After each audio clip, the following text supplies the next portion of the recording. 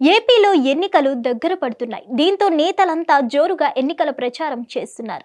నేతలకు తోడుగా వారు కుటుంబ సభ్యులు కూడా రంగంలో దిగుతున్నారు. తాజాగా నర్సీపట్నం నియోజకవర్గంలో అదే సీన్ కనిపించింది.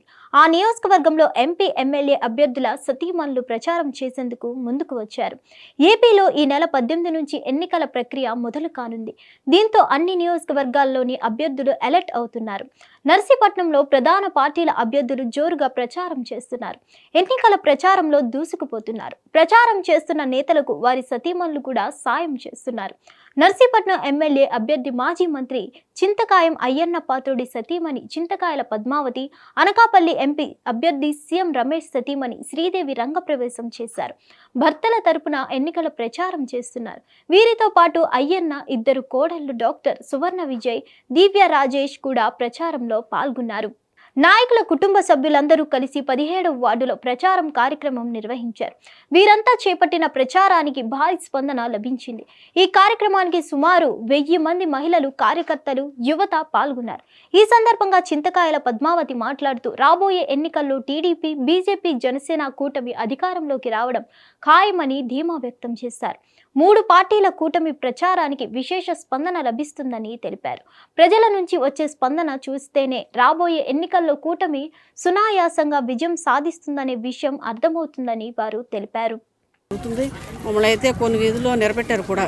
మేమన్నారు ఒకసారి చూసారు 5 సంవత్సరాలు, మరి మీరే చూసుకోవాలి.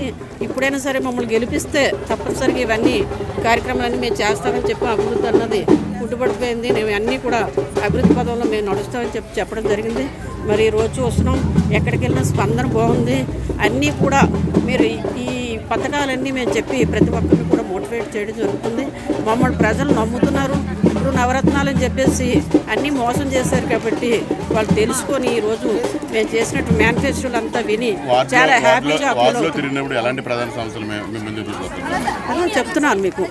డ్రైనేజ్ సిస్టమ్, రోడ్లు లేవు, రోడ్లు పగలగొట్టేశారు. అది దేనికని అడిగితే కొళాయిలు వేయడానికి అని చెప్పేసి పైప్ లైన్కి అని చెప్తున్నారు. ఎవరైనా బుర్రా బుద్ధి ఉన్నటువంటి వాళ్ళు ఎవరైనా సరే ట్యాంక్ కట్టుకుని పైప్ లైన్ వేస్తారు. కానీ పైప్ లైన్లు వేయడానికి రోడ్లు బద్దలు కొట్టేసి మరి అటువంటిది కనీసం పోడ్చుకుంటా కూడా ఆ పైప్ లైన్ మధ్యలో వదిలేసి వెళ్ళిపోయినటువంటి సంఘటన మేము చూసాం, మాకు చూపించారు. నేను రాత్రి అయితే 28వ వార్డు వెళ్ళాం. అక్కడ చూస్తే లైట్లు లేవు, కరెంట్ పోల్స్ లేవు. ఇవన్నీ చూస్తుంటే పాములు అవి తిరుగుతున్నాయి. అమ్మాయి ఏంటి మా పరిస్థితి అని అడిగారు అయ్యన్ కాలనీలో. మేము చెప్పాం, మేము వచ్చిన తర్వాత తప్పనిసరిగా మేము దృష్టి సాధించి తప్పనిసరిగా ఫస్ట్ అయ్యన్ కాలనీ మేము చేస్తామని కూడా చెప్పడం జరిగింది. అందరికీ నమస్కారం అండి. మరి మేము చాలా రోజులు పట్టి కూడా క్యాంపెయినింగ్ చేస్తున్నాం. ఎక్కడ చూసిన సమస్యలతో ఉంది, సమస్యలతో పోరాడుతున్నాం ఈ 5 సంవత్సరాలు చెప్పి ప్రతి ఒక్క దగ్గర కూడా చెప్పడం జరుగుతుంది. ఈ మున్సిపాలిటీ సమస్యలు ఏంటంటే రోడ్లు, డ్రైనేజ్ సిస్టమ్, అలాగే లైటింగు, ఎక్కడికెక్కడ చెత్త పేరుకుపోయింది మీరు అందరూ చూస్తున్నారు కదమ్మని చెప్పడం జరుగుతుంది. మమ్మల్ని అయితే కొన్ని వీధుల్లో నిలబెట్టారు కూడా. మేమన్నారు ఒకసారి చూసారు 5 సంవత్సరాలు, మరి మీరే చూసుకోవాలి. ఇప్పుడైనా సరే మమ్మల్ని గెలిపిస్తే తప్పనిసరిగా ఇవన్నీ కార్యక్రమాలన్నీ మేము చేస్తామని చెప్పి అభివృద్ధి అన్నది పుట్టుబడిపోయింది. మేము అన్నీ కూడా అభివృద్ధి పదంలో మేము నడుస్తామని చెప్పడం జరిగింది. మరి రోజు వస్తున్నాం, ఎక్కడికి వెళ్ళినా స్పందన బాగుంది. అన్నీ కూడా మీరు ఈ పథకాలన్నీ మేము చెప్పి ప్రతి ఒక్కరిని కూడా మోటివేట్ చేయడం జరుగుతుంది. మమ్మల్ని ప్రజలు నమ్ముతున్నారు. ఇప్పుడు నవరత్నాలని చెప్పేసి అన్నీ మోసం చేశారు కాబట్టి వాళ్ళు తెలుసుకొని ఈరోజు మేము చేసినట్టు మేనిఫెస్టోలు అంతా విని చాలా హ్యాపీగా అదే చెప్తున్నాను మీకు. డ్రైనేజ్ సిస్టమ్, రోడ్లు లేవు, రోడ్లు పగలగొట్టేశారు.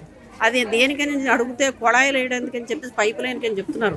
ఎవరైనా బుర్రా బుద్ధి ఉన్నటువంటి వాళ్ళు ఎవరైనా సరే ట్యాంక్ కట్టుకుని పైప్ లైన్ వేస్తారు. కానీ పైప్ లైన్లు వేయడానికి రోడ్లు బద్దలు కొట్టేసి మరి అటువంటిది కనీసం పోడ్చుకుంటా కూడా ఆ పైప్ లైన్ మధ్యలో వదిలేసి వెళ్ళిపోయినటువంటి సంఘటన మేము చూసాం, మాకు చూపించారు. నేను రాత్రి అయితే 28వ వార్డు వెళ్ళాం. అక్కడ చూస్తే లైట్లు లేవు, కరెంట్ పోల్స్ లేవు. ఇవన్నీ చూస్తుంటే పాములు అవి తిరుగుతున్నాయి. అమ్మాయి ఏంటి మా పరిస్థితి అని అడిగారు అయ్యన్ కాలనీలో. మేము చెప్పాం, మేము వచ్చిన తర్వాత తప్పనిసరిగా మేము దృష్టి సాధించి తప్పనిసరిగా ఫస్ట్ అయ్యన్ కాలనీ మేము చేస్తామని కూడా చెప్పడం జరిగింది. అలాగే శారదానగర్లో కొన్ని సమస్యలు, ఎక్కడ చూసినా ఒక లైట్ లేదు, ఒక పోల్ లేదు. పరిస్థితి. డ్రైనేజ్ సిస్టమ్ ఇవన్నీ కూడా ఇబ్బంది పడుతున్నారు. ఎక్కడ చూసినా చెత్త పేరుకుపోయింది. ఈ మున్సిపాలిటీ వాళ్ళు పట్టింపు చేయలేదని చెప్పి చెప్పడం జరుగుతుంది. చాలామంది ఆఫీస్కి వెళ్ళి అడగడం, అది వినడం తప్ప ఎక్కడ పరిష్కారం జరగలేదని కూడా చెప్పడం జరుగుతుంది. మేడం, మీరు మీకు ఆదరణ ఎంతవరకు కోరింది? అసలు ఎట్లా ఈ ప్రచారాన్ని ముందు తీసుకెళ్తున్నారు? అసలు ప్రతి దగ్గర మహిళలు ఎంతో సంతోషంగా, ఫస్ట్ మోడీ అని చెప్పగానే వాళ్ళ మొహాల్లో చిరునవ్వు వస్తుందండి. తప్పకుండా మేము బీజేపీకి వేస్తాం, సీఎం రమేష్ గారిని గెలిపిస్తాం, అలాగే సైకిల్ గుర్తుకేసి చంద్రబాబు నాయుడిని సీఎం చేస్తామని ప్రతి ఒక్కరూ ముందుకు వచ్చి చెప్తున్నారు. ఇక్కడ 5 ఏళ్లలో మేము ప్రతి రోడ్డు, మేము సిమెంట్ రోడ్లు అన్నీ చూస్తూ ఉంటే సిమెంట్ రోడ్లు మధ్యలో కట్ చేసేసారండి. సిమెంట్ రోడ్లు కట్ చేయక్కర్లా, కట్ చేసి అంటే ప్రతి ఊర్లో రోడ్లు లేవు, బ్రిడ్జిలు లేవు, అభివృద్ధి అనేది చాలా జీరో చేసేసారు. అభివృద్ధి లేదు ఈ 5 ఏళ్లలో. అంటే మోడీ గారు ఏం చెప్పారంటే స్వచ్ఛ భారత్ అన్నారు. ఎక్కడండి అనకాపల్లిలో చూస్తే ఎక్కడ అంత డ్రైనేజ్ దోమలు, విపరీతమైన దోమ. ఎందుకు చేయలేకపోయినారు ఈ 5 ఏళ్ళు? ఎలాంటి అభివృద్ధి లేదు. కాకపోతే జనాల్లో మాత్రం అవేర్నెస్ చాలా బాగుందండి. ఈసారి ఖచ్చితంగా మేము చంద్రబాబు నాయుడిని సీఎం చేస్తాం. అనకాపల్లి నుంచి ప్రధానమంత్రికి ఒక బహుమతిగా మేము ఇస్తామని. 2 ఓట్ల క్యాంపెయిన్ ఎట్లా బాగానే చాలా అవేర్నెస్ ఉందండి. పెద్ద ముసలి వాళ్ళు కూడా, చదువు ఏం లేని వాళ్ళు కూడా నేను మోడీకి ఓటు అంటే సీఎం రమేష్ గారికి ఓటేస్తామంటున్నారండి. అంత అవేర్నెస్ ఉంది. నేను రమేష్ గారిని గుర్తుపడతారా లేదా అనుకుని మోడీ గారికి కమలం గుర్తుంటే మాకు సీఎం రమేష్ గారు తెలుసండి, మేము సీఎం రమేష్ గారికి ఓటేస్తాం. చిన్న చిన్న ఊర్లు, నిన్న పాయకరావుపేటకి వెళ్ళాం. అందులో ఒక ముసలాం వచ్చింది మా దగ్గరకు వచ్చి, చంద్రబాబు నాయుడిని జైల్లో పెట్టారు అని ఎంత బాధతో ఏడుస్తూ చెప్తుందంటే, అట్లాంటి వాడిని మేము ఊరికే వదిలిపెట్టాము అని కసిగా ఉన్నారండి. అంటే ఏ తప్పు చేయకుండా బాబు గారిని తీసుకెళ్ళి జైల్లో పెట్టారు అనేది జనాల్లో చాలా ఉందండి, అవేర్నెస్ ఉంది. మనమేం ప్రత్యేకంగా ఇది కొత్తగా మన 2 గుర్తులు అని కన్ఫ్యూజన్ కూడా లేదండి. జనాల్లో చాలా క్లియర్గా ఉన్నారు అందరూ. మళ్ళీ యూత్ కూడా చాలా, అంటే యూత్లో ఇక్కడ మెయిన్గా అనకాపల్లిలో యూత్కి జాబ్స్ లేవు. యూత్ అందరూ కూడా ఎక్కడికి పోయినా ఫస్ట్ ఓటు మాకు మోడీకి, సైకిల్కు వేస్తాము అని చెప్పి అందరూ చెప్తా ఉన్నారండి. సమస్య లేని ఇల్లు ఉండదు, పరిష్కారం లేని సమస్య ఉండదు. బంధాలు గొప్పవి, బాధలు చిన్నవి. మీ సమస్యని మేము పరిష్కరిస్తాం. రండి, మాట్లాడుకుందాం.